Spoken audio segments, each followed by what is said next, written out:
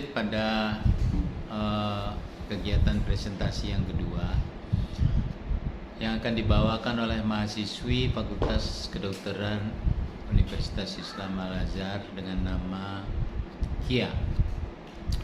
Kia dipersilakan untuk memulai presentasinya. Oke, dimulai. Selamat siang Dr. Irma. Di sini saya akan menampilkan video edukasi tentang akses SEPA.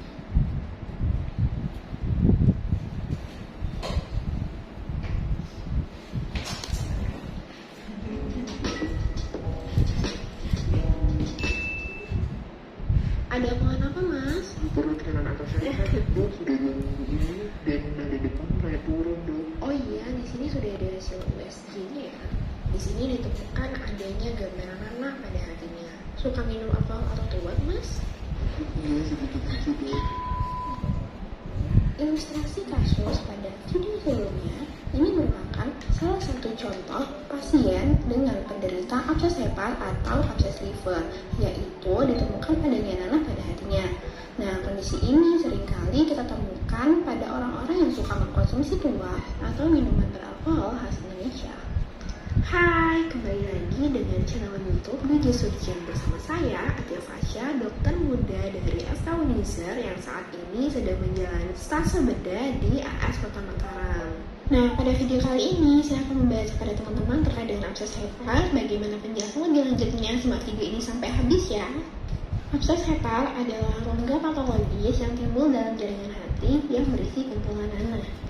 Penyebab dari abses hepar ini ada dua. Yang pertama adalah piogen, yaitu infeksi bakteri. Yang kedua adalah infeksi amoeba. Di negara barat, 80% pasien dengan abses hepar penyebabnya adalah piogen. Sisanya berasal dari infeksi amoeba. Sedangkan pada negara Asia seperti di Indonesia dan juga negara Afrika yang merupakan negara subtropis dan tropis, penyebab paling seringnya adalah infeksi amoeba, yaitu spesies Entamoeba histolytica.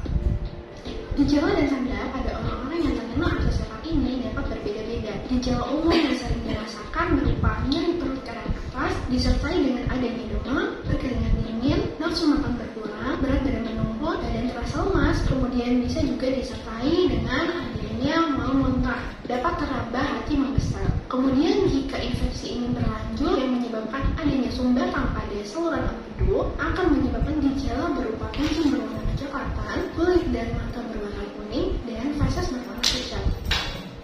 Untuk menentukan seseorang terkena abses hepar diperlukan adanya satu pemeriksaan penunjang. Pemeriksaan penunjang pertama yang perlu dilakukan berupa ultrasonografi atau USG pada perut. Berikut coba gambaran USG pada orang yang terkena abses hepar. Kemudian dapat dilanjutkan dengan pemeriksaan CT scan untuk menentukan lokasi, ukuran, dan jarak dari abses itu sendiri, sehingga dapat memudahkan dalam menentukan terapi yang tepat pada pasien. Penanganan pada orang-orang yang terkena abses hepar ini berbeda-beda tergantung dari letak dan ukuran dari abses itu sendiri. Apabila ukuran absesnya kecil, maka pengobatannya dapat hanya dengan obat-obatan saja berupa antibiotik. Namun apabila dengan pemberian antibiotik tersebut tidak responsif atau ukuran dari absesnya besar, maka tindakan selanjutnya yang dapat dilakukan berupa tindakan drainase, baik berupa aspirasi dengan jarum maupun dengan tindakan operasi. Ada dua macam tindakan operasi yang dapat dilakukan pada pasien dengan abses hepar ini, yaitu tindakan laparoskopi dan tindakan laparotomi. Tindakan laparotomi adalah teknik bedah konvensional dengan membuat sayatan besar pada perut untuk melihat lebih jelas organ yang ada di dalamnya. Sedangkan tindakan laparoskopi merupakan teknik bedah minimal invasif dengan membuat beberapa sayatan kecil pada perut dan memasukkan beberapa alat bedah khusus pada sayatan tersebut. Pada tindakan ini memiliki keuntungan utama berupa proses penyembuhan yang lebih cepat dan rasa sakit yang minimal pasca operasi karena payatan yang dibuat kecil. Bahaya abses hepar ini jika tidak cepat ditangani, abses tersebut dapat pecah dan menyebar ke rongga dada dan juga rongga perut. Kemudian infeksi tersebut dapat menyebar ke pembuluh darah yang dapat menyebabkan kegagalan organ atau sepsis dan berujung menjadi kematian. Jika dari teman-teman atau keluarga bahkan kerabat terdekat yang mengalami gejala seperti yang sudah dijelaskan sebelumnya, untuk segera dilakukan pemeriksaan ke fasilitas kesehatan terdekat untuk mendapat penanganan lebih lanjut.